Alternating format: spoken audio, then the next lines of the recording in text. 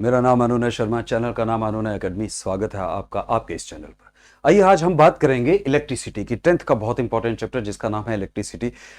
Interesting बहुत है ये चैप्टर, इसके बेसिक्स बढ़िया से करते हैं।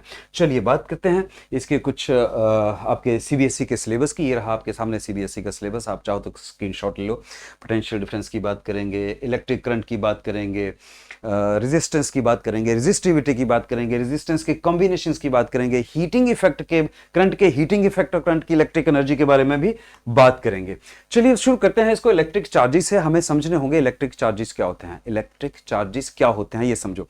इलेक्ट्रिक चार्जेस, बड़े ध्यान से सुनना इस बात को। इलेक्ट्रिक चार्जेस क्या है? ये एक फंडामेंटल प्रॉपर्टी है किसकी? मैटर की। पहली बात, फंडामेंटल प्रॉपर्टी। फंडामेंटल प्रॉपर्टी का मतलब होता है ऐसी प्रॉपर्टी जो है तो है, क्यों है इसका कोई मतलब नहीं है, बस है।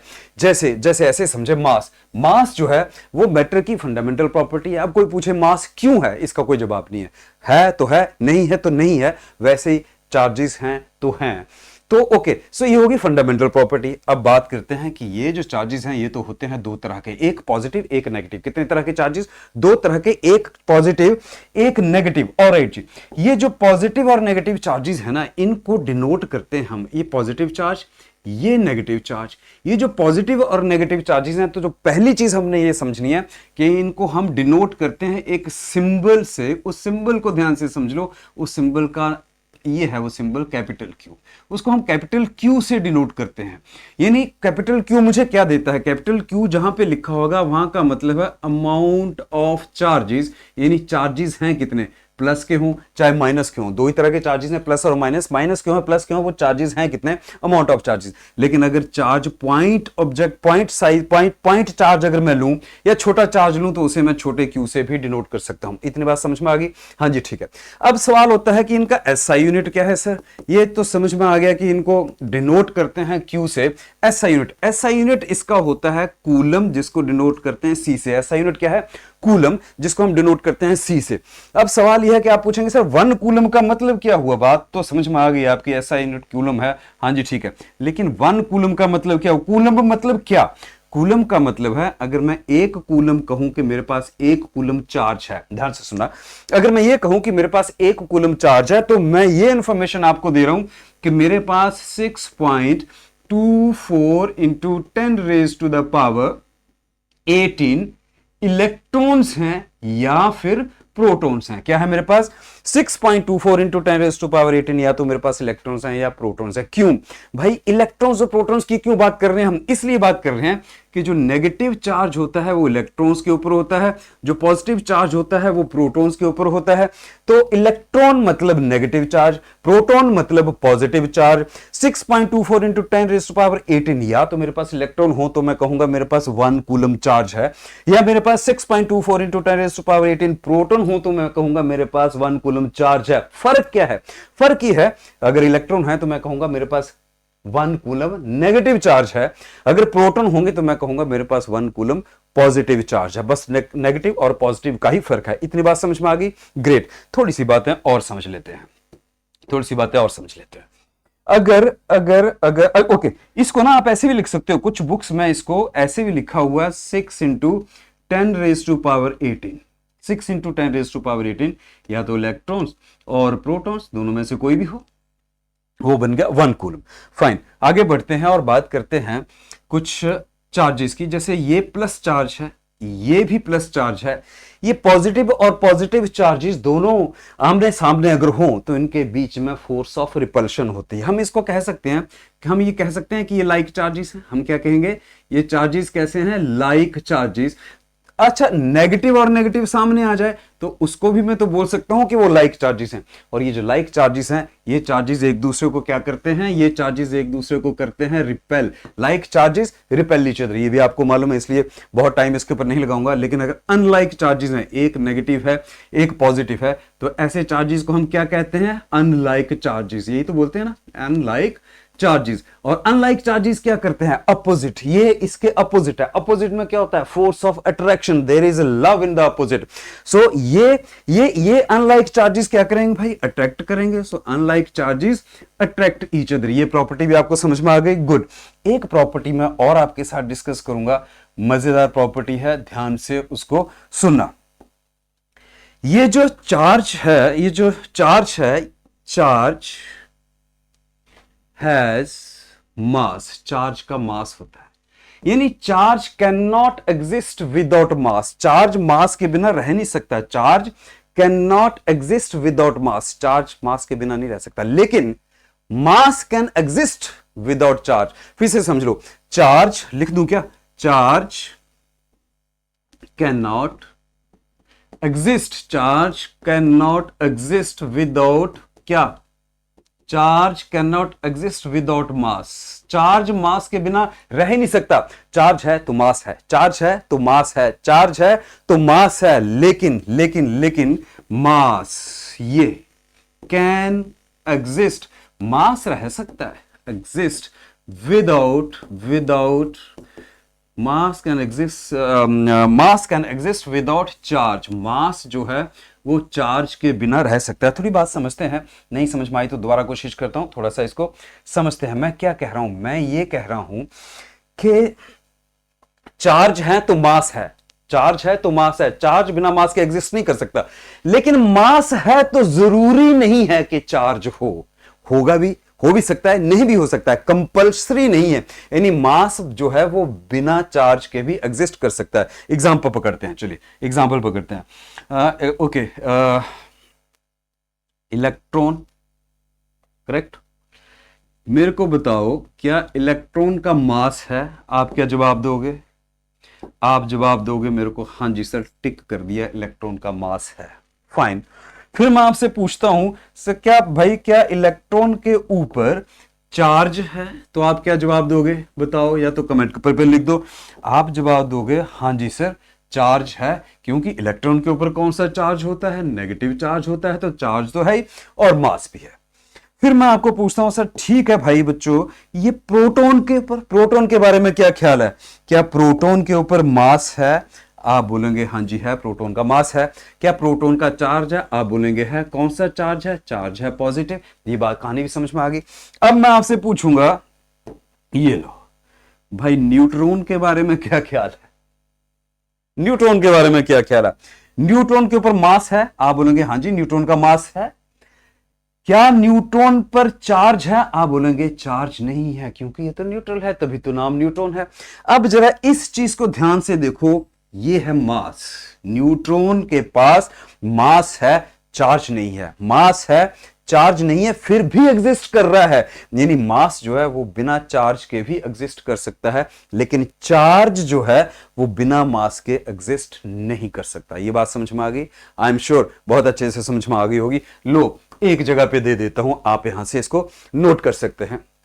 Like charges repel, unlike charges attract, charge has mass, ये लिख दिया मैंने, charge cannot exist without mass, but mass can exist without charge. For example, neutron, for example, neutron have mass but no charge, mass है तो okay. The unit of electric charge coulomb आपके सामने है, 1 coulomb is the charge contain in 6 × 10⁻18 या 6.24 × 10⁻18 electrons और protons, दोनों में से कोई भी हो सकता है, दोनों ही करेक्ट हैं। क्यों हो सकता है वो मैं आपको बता चुका। अब एक छोटी सी बात और समझते हैं भाई, like charges repel each other, repel कर रहे हैं मतलब धक्का दे रहे हैं, धक्का दे रहे हैं मतलब फोर्स है, धक्के देने का मतलब क्या होता है, फोर्स लगाना, और क्या मतलब है। Unlike charges attract each other, attract कर रहे हैं मतलब ये खींच रहे हैं, ये खींच रहे हैं, पुल कर रहे हैं, पुश और पुल, पुश और pull. Like charges pushing each other, unlike charges pulling each other. Push और पुल को हम क्या कहते हैं, फोर्स, यानी इनके बीच में एक फोर्स हमेशा काम कर रही है, या तो वो पुश की फोर्स है या पुल की फोर्स है, बट फोर्स है। अब सवाल ये होता है सर फोर्स कैसे पता लगेगा, कैसे मेजर करेंगे इस फोर्स को, कितनी है, उसके लिए भाई साहब हमें पढ़ना पड़ेगा कूलम्स लॉ। कौन सा law, Coulomb's law. Coulomb's law हमें ये बताता है कि ये जो कोई भी दो चार्जेस हैं उनके बीच में फोर्स कितनी होगी। चलिए समझते हैं। लेट अस से एक चार्ज है मेरे पास, ये दूसरा चार्ज है, ये मैंने लिए पॉइंट चार्जेस। पहले इधर समझ लेते हैं फिर यहां आएंगे, पहले इधर फिर डेफिनेशन के ऊपर जाएंगे। इस चार्ज को मैं नाम दे देता हूं Q1 और इस चार्ज को मैं नाम दे देता हूं Q2। क्लियर होगी बात, हाँ जी। दोनों के बीच का डिस्टेंस भी देख सकते हैं, लेट अस से दोनों के बीच का जो डिस्टेंस है वो है R। इतनी बात समझ में आ गई सबको, इतनी बात समझ में आ गई, ये डायग्राम समझ में आ गई, गुड। सो दो चार्जेस Q1 एंड Q2 दोनों के बीच में डिस्टेंस है R। अब समझते हैं ये according to Coulomb's law the electrostatic force of attraction. So पहली बात हमने यहां क्या समझनी है कि ये जो इन दोनों के बीच में फोर्स होगी उस फोर्स को हम कहते हैं इलेक्ट्रोस्टैटिक फोर्स। और ये दो ही तरह की होगी, या तो ये अट्रैक्ट करेंगे या रिपेल करेंगे। कैसे, देखिए अगर अगर अगर इसके पास ये भी पॉजिटिव है ये भी पॉजिटिव है तो दोनों के बीच में जो फोर्स लगेगी वो क्या होगी, like charges repel each other, repel करेंगे। अगर ये नेगेटिव है और ये भी नेगेटिव है तब भी दोनों के बीच में जो फोर्स लगेगी क्या होगी, फोर्स ऑफ रिपल्शन। लेकिन अगर ये एक नेगेटिव है और दूसरा पॉजिटिव है तब जो इनके बीच में फोर्स लगेगी वो क्या लगेगी, फोर्स ऑफ अट्रैक्शन। इसलिए ये जो भी फोर्स लगी, इसको जो भी हम F कह लो, ये जो फोर्स है ये है इलेक्ट्रोस्टैटिक फोर्स, या तो अट्रैक्शन की या रिपल्शन की, या इसको इलेक्ट्रोस्टैटिक फोर्स ऑफ इंटरेक्शन भी कह सकते हैं, इंटरेक्शन भी कह सकते हैं। अभी क्या कह रहा है फिर से करते हैं। According to Coulomb's law the electrostatic force of attraction और रिपल्शन, इंटरेक्शन यानी कि बिटवीन 2 पॉइंट चार्जेस, ये मैंने 2 पॉइंट चार्जेस ले लिए, इन दोनों के बीच में ये जो फोर्स है चाहे वो अट्रैक्शन की है चाहे वो रिपल्शन की है, is directly proportional to the product of the magnitude of the charges. ये दो जो चार्जेस हैं इनके मैग्नीट्यूड के प्रोडक्ट के डायरेक्टली प्रोपोर्शनल है। तो चलो लिख लेते हैं ये क्या कह रहा है। ये कह रहे हैं भाई साहब ये जो फोर्स है ना, ये फोर्स जो है ये डायरेक्टली प्रोपोर्शनल है। तो डायरेक्टली प्रोपोर्शनल का sign Q1 into Q2, magnitude दोनों चार्जेस का, यही बात हुई। हाँ जी। And inversely proportional to the square of the distance. Directly proportional का मतलब तो आप जानते होंगे, फिर भी चलो मैं बता देता हूं। अगर ये चार्ज बढ़ जाएगा तो फोर्स बढ़ जाएगी, चार्ज बढ़ जाएगा फोर्स बढ़ जाएगी। अगर चार्जेस कम हो गए तो फोर्स कम होगी, डायरेक्टली रिलेटेड है। जो यहां होगा वही रिजल्ट यहां आएगा। और दूसरी लाइन ये कह रही है कि ये इनवर्सली प्रोपोर्शनल मतलब 1 upon inversely proportional the square of the distance between them. Square कितना है, सॉरी डिस्टेंस कितना है, R। तो R का कर दो स्क्वायर, ये हो गया। हाँ जी हो गया। इस इक्वेशन को मैं इक्वेशन नंबर 1 दे दूं, इस इक्वेशन को मैं इक्वेशन नंबर 2 दे दूं। अगर मैं दोनों इक्वेशंस को कंबाइन कर दूं और मैं ये कहूं कि कंबाइनिंग, ये मैं ऊपर कर देता हूं थोड़ा सा, 1 एंड 2 को कंबाइन कर दूं तो क्या मैं ये लिख सकता हूं, F is directly proportional to the product of the magnitude of the charges, या directly proportional to the product of the charges and inversely proportional to the square of the distance between them। ये बन गया भाई साहब law, Coulomb's law. लेकिन अब problem क्या है कि ये कूलम लॉ प्रोपोर्शनैलिटी में है, इक्वलिटी में कैसे आएगा। आइए आपको एक चीज याद आ रही होगी, इधर देख के एक चीज याद आ रही होगी, चलो उसे समझ लेते हैं। अगर आपको याद है तो, नहीं है तो इधर समझो। 9th का चैप्टर यूनिवर्सल ऑफ ग्रेविटेशन क्या कहता था, ये कहता था कि एक ऑब्जेक्ट ये है, एक ऑब्जेक्ट ये है, इसका मास अगर m1 है, इसका मास अगर m2 है, दोनों के बीच का डिस्टेंस d है, तो इनके बीच जो फोर्स होगी that is directly proportional to the product of their masses. याद आया। And inversely proportional to the square of the distance between them. जरा देखो थोड़ा सा सेम नहीं है, यहां चार्जेस हैं वहां मासेस हैं, यहां चार्जेस हैं वहां मासेस हैं। ये यूनिवर्सल ग्रेविटेशनल फोर्स है और ये इलेक्ट्रोस्टैटिक फोर्स है, लेकिन रिश्ता एक जैसा ही है, directly proportional to the product of the masses, directly proportional to the product of the charges, inversely proportional to the square of the distance between them. ये भी inversely proportional to the square of the distance between them. अगर 9th का ये चीज याद है तो इसे याद करने की जरूरत नहीं है, लगभग सेम है। कैरेक्टरिस्टिक्स डिफरेंट है, वो भी अभी बात करेंगे। क्लियर होगी बात? ओके। अब मुझे हटाना है इसमें से प्रोपोर्शनलिटी का साइन, तो मैं लगाता हूं इज इक्वल टू साइन, इधर लगाना पड़ेगा मेरे को एक proportionality constant which is k here, this is Q1, this is Q2 upon R square. ये आ गया जी हमारे पास फाइनल। लेकिन अब ओके, ये आ गया फाइनल। आपके 10th एग्जाम और सिलेबस के हिसाब से इतना बहुत, बस इसके आगे जाने की जरूरत नहीं है। लेकिन 2 इंफॉर्मेशंस हैं जो इसको समझते समझते अगर आप समझेंगे ना तो आपको एंजॉय आएगा, मजा आएगा और आपको लगेगा वाह हमने कुछ नया सीखा। देखिए ये जो प्रोपोर्शनैलिटी कांस्टेंट है, ये इधर जब हम प्रोपोर्शनैलिटी कांस्टेंट लगाते थे, ग्रेविटेशनल कांस्टेंट अगर आपको याद हो, F is equal to Gm1 m2 upon R upon D square. ये जो ग्रेविटेशनल कांस्टेंट यहां पे हमने लगाया था G, ये थ्रू आउट कांस्टेंट था, लेकिन ये थ्रू आउट कांस्टेंट नहीं होता है। ये डिपेंड करता है क्या चीज पे डिपेंड करता है, चलिए देखते हैं। अगर ये कोई चार्ज है और ये कोई चार्ज है, ये Q1 चार्ज जिसकी हम बात कर रहे हैं, ये Q2 चार्ज, इन दोनों के बीच में कोई मीडियम है इधर। ये कौन से मीडियम में रखे हैं, ये बहुत इंपॉर्टेंट है। इनकी जब हम फोर्स स्टडी कर रहे हैं तो इन दोनों के बीच का मीडियम क्या है। अगर इनके बीच का मीडियम भाई साहब एयर हो सकती है, हवा में रखे हुए हैं, एक बात। इन दोनों के बीच का मीडियम पानी भी तो हो सकता है ये वाटर में रखे हो। इन दोनों के बीच का मीडियम ऑयल भी तो हो सकता है तेल में रखे हो। इन दोनों के मीडियम बीच का कुछ भी हो सकता है। तो ये जो फोर्स इलेक्ट्रोस्टैटिक फोर्स है, चाहे वो अट्रैक्शन की हो चाहे वो रिपल्शन की हो, डिपेंड करती है मीडियम के ऊपर। मीडियम बदला तो फोर्स बदल जाएगी, मीडियम बदला तो फोर्स बदल जाएगी, मीडियम बदला तो फोर्स बदल जाएगी। क्योंकि मीडियम जैसे जैसे बदलेगा वैसे वैसे हमारे पास इस कांस्टेंट की वैल्यू भी बदलती है। अब इस कांस्टेंट को थोड़ा सा समझ लेते हैं, फिर हम जल्दी से मूव करेंगे आगे। ये कांस्टेंट, ओके, इस कांस्टेंट के अगर मैंने यूनिट निकालने हो तो मुझे क्या करना चाहिए, मालूम है आपको क्या करना है। के को एक साइड रखो, बाकी चीजें दूसरी तरफ ले जाओ। आर इधर चला गया तो क्या हो गया, एफ इंटू आर स्क्वायर, ये अपॉन आ जाएगा। हाँ जी, इतना तो सब आपको आता है, इसलिए मैं इसको स्टेप्स में नहीं कर रहा हूं, सीधा ही आपके सामने ना Q1 इंटू Q2। अब बनाने हैं इसके SI यूनिट। तो SI यूनिट के लिए क्या करना है भाई, फोर्स के SI यूनिट लिख दो। फोर्स के SI यूनिट क्या होते हैं, फोर्स के SI यूनिट क्या होते हैं, न्यूटन। ये है डिस्टेंस, डिस्टेंस के SI यूनिट क्या होते हैं, मीटर। इसके ऊपर ऑलरेडी स्क्वायर है तो स्क्वायर लगा दो। और नीचे क्या बचा, नीचे हमारे पास क्या बचा, एक चार्ज यानी कूलम SI यूनिट, दूसरा चार्ज यानी फिर से कूलम। सो मेरे पास SI यूनिट क्या आगे, मेरे पास आगे न्यूटन मीटर स्क्वायर पर coulomb square. Is it okay, हाँ ओके। ये आगे मेरे पास के SI यूनिट। अब आप पूछेंगे सर के की वैल्यू, भाई वो मीडियम के हिसाब से बदलती है, जैसे जैसे मीडियम बदलेगा के की वैल्यू बदल जाएगी। लेकिन फिर भी मैं आपको ये बता दूं कि अगर मैं एयर की बात करूं या वैक्यूम की बात करूं, एयर की बात करूं या वैक्यूम की बात करूं, तो लगभग हम सेम ही वैल्यू ले लेते हैं।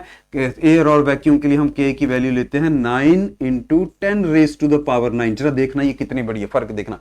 ग्रेविटेशनल कांस्टेंट की वैल्यू बहुत छोटी थी, -11, ये 9 इंटू 10 रेज टू पावर 9। आगे ये यूनिट लगा दो, न्यूटन मीटर स्क्वायर पर कूलम स्क्वायर। ये है, ये बहुत बढ़िया है। इसका मतलब क्या है, ये वैल्यू बहुत बढ़िया, इसका मतलब ये वाली जो फोर्स है ना, इलेक्ट्रोस्टैटिक फोर्स बहुत स्ट्रांग होती है। इलेक्ट्रोस्टैटिक फोर्स बहुत स्ट्रांग होती है। 9 इंटू 10 रेज टू पावर 9, समझ रहे हो, 10 के आगे 9 जीरो, और कितनी बड़ी फोर्स। उसके बाद चार्जेस का भी मल्टीप्लाई करेंगे। चार्जेस का अमाउंट ऑफ चार्ज छोटा भी हो सकता है, बड़ा भी हो सकता है, वो तो चार्जेस के ऊपर डिपेंड है। लेकिन कांस्टेंट की वैल्यू इतनी बड़ी है कि यही इसको बहुत बड़ी बड़ी बड़ी और स्ट्रांग फोर्स बना देती है। आई होप आपको ये बात समझ में आई होगी। चलिए आगे बढ़ते हैं। कंडक्टर्स एंड इंसुलेटर्स बहुत आसान है, अब जल्दी से हम जाएंगे, कंडक्टर्स को समझेंगे। कंडक्टर्स का मतलब होता है वो सब्सटेंसेस जो जिनमें से चार्जेस इजीली पास हो जाएं, या ये कहूं इलेक्ट्रॉन्स इजीली पास हो जाएं।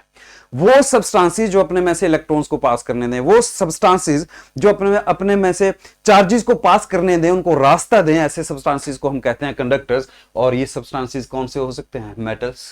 मेटल में से चार्जेस इजीली फ्लो करते हैं। एक्वस सॉल्यूशन ऑफ सॉल्ट्स, जितने भी सॉल्ट्स हैं उनका जितने सॉल्यूशंस हैं उनमें से भी चार्जेस फ्लो कर जाते हैं। आयोनाइज्ड गैसेस, जितनी आयोनाइज्ड गैसेस होती हैं उनमें से भी चार्जेस फ्लो कर जाते हैं। तो इन सभी को हम कहेंगे कंडक्टर। कंडक्टर क्या है, कंडक्टर वो हैं जिनमें से करंट फ्लो कर सकता है, जिनको हम इस्तेमाल कर सकते हैं। जितने भी हमारी घर की वायरिंग है, जहां से आप करंट फ्लो करवाते हैं, वो सब कंडक्टर्स हैं। इंसुलेटर्स, इंसुलेटर क्या है, इसका उल्टा। इंसुलेटर कंडक्टर्स का उल्टा, ये अपने में से इलेक्ट्रॉन को पास नहीं होने देंगे। Charges can not pass through, ये इलेक्ट्रॉन को पास नहीं होने देंगे अपने में से। तो वो मटेरियल जो अपने में से इलेक्ट्रॉन्स को पास नहीं होने दें, उनको कहते हैं हम इंसुलेटर, या फिर हम इनको बैड कंडक्टर्स भी कहते हैं। और क्या कहते हैं, बैड कंडक्टर्स, ये भी कह सकते हैं। So what are conductors, those substances which allow the electron to pass through them are known as conductors. What are insulators? Those substances which does not allow the electrons to pass through them are known as insulators. They are also known as bad conductors. Fine. आगे बढ़ते हैं। Electric current, भाई बड़े ध्यान से, बहुत ध्यान से समझना, बड़ा इंटरेस्टिंग होने वाला है। यहां से बहुत ही इंटरेस्टिंग होने वाला है। इलेक्ट्रिक करंट, करंट, चलो पहले करंट समझ लेते हैं। करंट का मतलब क्या है, करंट का मतलब होता है मूवमेंट, करंट का मतलब मूवमेंट, ये बात समझ में आई। करंट का मतलब, थोड़ा बड़ा लिखूं क्या, ओके, करंट का मतलब होता है मोशन। कोई भी चीज अगर मोशन में है या मूव कर रही है तो हम कहेंगे उसमें करंट है। ये बात समझ में आ गई? थोड़ा और समझेंगे इसको, ये मैं अभी क्यों समझाया देखते हैं। ये जो चार्जेस हैं, ये जो चार्जेस हैं जिनकी हम बात कर रहे हैं, जिनकी हम बात कर रहे हैं चार्जेस, ये चार्जेस हो सकता है रेस्ट में बैठे हो, मजे से बैठे हो, ये रेस्ट पोजीशन में बैठे हैं, नहीं हिल रहे, रेस्ट पोजीशन को हम और हो सकता है ये चार्जेस मूव कर रहे हो। सो ये चार्जेस की दो ही पोजीशंस हैं, या तो रेस्ट में है या मूव में, या तो रेस्ट कर रहे हैं या मूव कर रहे हैं, या रेस्ट कर रहे हैं या मूव कर रहे हैं। लेकिन अगर रेस्ट कर रहे हैं, तो रेस्ट को क्या बोलते हैं, स्टेशनरी। स्टेशनरी ऑब्जेक्ट क्या होता है, object at rest is known as the object stationary object. तो ये स्टेशनरी है, स्टेशनरी को हम बोल देते हैं static. Static electrons, static charges, static electrons. तो क्या मैं इसको ऐसे लिख सकता हूं इलेक्ट्रॉन की जगह, स्टैटिक इलेक्ट्रिसिटी लिख सकता हूं, स्टैटिक इलेक्ट्रिसिटी। यानी when the charges are at rest, when the electrons are rest, then the phenomena so produced is known as the static electricity. Static का मतलब क्या है, at rest। स्टैटिक का मतलब, फिर से बता रहा हूं, स्टैटिक का मतलब at rest।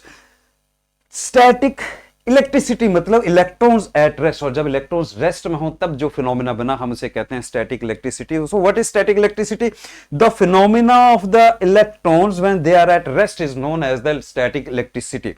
उदाहरण दो, सर्दियों में स्वेटर खोलते हैं ना, उसमें से स्पार्किंग होती है, लाइट बुझा के खोलना स्वेटर, रात को स्पार्किंग होगी, वो स्टैटिक चार्जेस आपके स्वेटर के ऊपर हवा से, एयर से इधर आके उधर बैठ गए हैं एट रेस्ट। जब आपने खोला तो उसमें से स्पार्किंग हुई उनकी।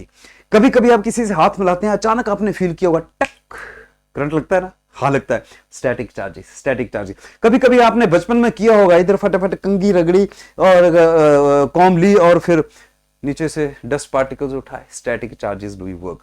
सो ये हो गया स्टैटिक। लेकिन ये हमारे सिलेबस में नहीं है, हमारे सिलेबस में है चार्जेस इन मोशन। बस इसकी सिर्फ डेफिनेशन है, charges in motion. Charges in motion फिर समझ लेते हैं। मोशन, करंट का मतलब क्या बताया मैंने आपको, मूवमेंट। करंट का मतलब मैंने क्या बताया आपको, मूवमेंट। ओके, करंट का मतलब अगर मूवमेंट है तो क्या मैं ये कह सकता हूं कि एयर, करंट का मतलब क्या हो गया, मूवमेंट। मूवमेंट का मतलब मोशन, मोशन का मतलब क्या हो गया, मोशन का मतलब हो गया फ्लो, कोई चीज फ्लो में चल रही है। ओके, मैं अगर ये कहूं कि मेरे पास एयर फ्लो है, तो एयर फ्लो को क्या हम एयर करंट बोलते हैं या नहीं, सुना है कि नहीं, बिल्कुल सुना होगा। एयर फ्लो को हम एयर करंट भी बोलते हैं। पहाड़ों में जाएं तो कहते हैं यार बहुत भयंकर एयर करंट है, बहुत तेज हवा चल रही है, that's what air current is. और अगर पानी फ्लो कर रहा हो, वाटर फ्लो, वाटर के फ्लो को हम कह देते हैं वाटर करंट। ये भी आपने सुना होगा, क्या कह देते हैं इसको, वाटर करंट। वाटर के फ्लो को हम क्या कह देते हैं, वाटर करंट। पहाड़ों में आपने सुना है कि नदियों का बहुत तेज करंट होता है, क्यों, क्योंकि स्पीड बहुत होती है पानी की, पानी का फ्लो बहुत होता है। Air flow air current, water flow water current.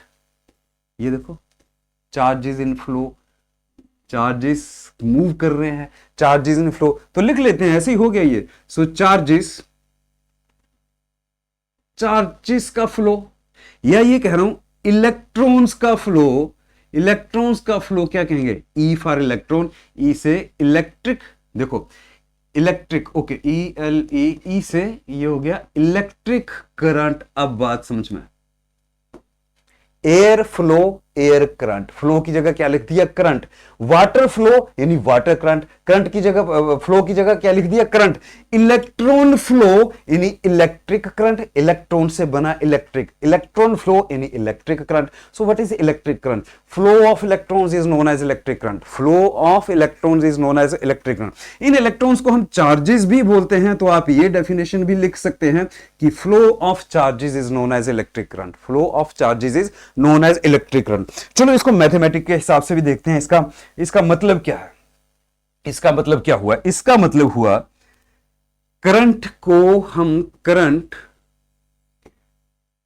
हम डिनोट करते हैं आई से, सिंबल है उसका आई, और ये किसके बराबर है, flow of charges.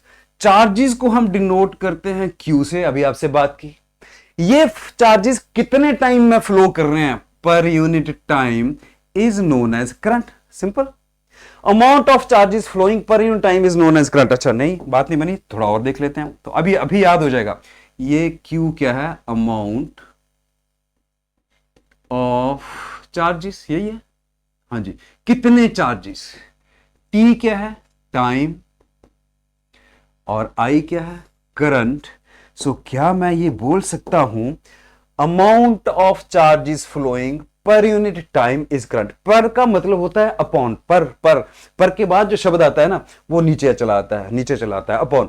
So amount of charges flowing per unit, उसके बाद क्या है? टाइम नीचे। Amount of charges flowing per unit time is known as current. Amount of charges flowing per unit time is known as current.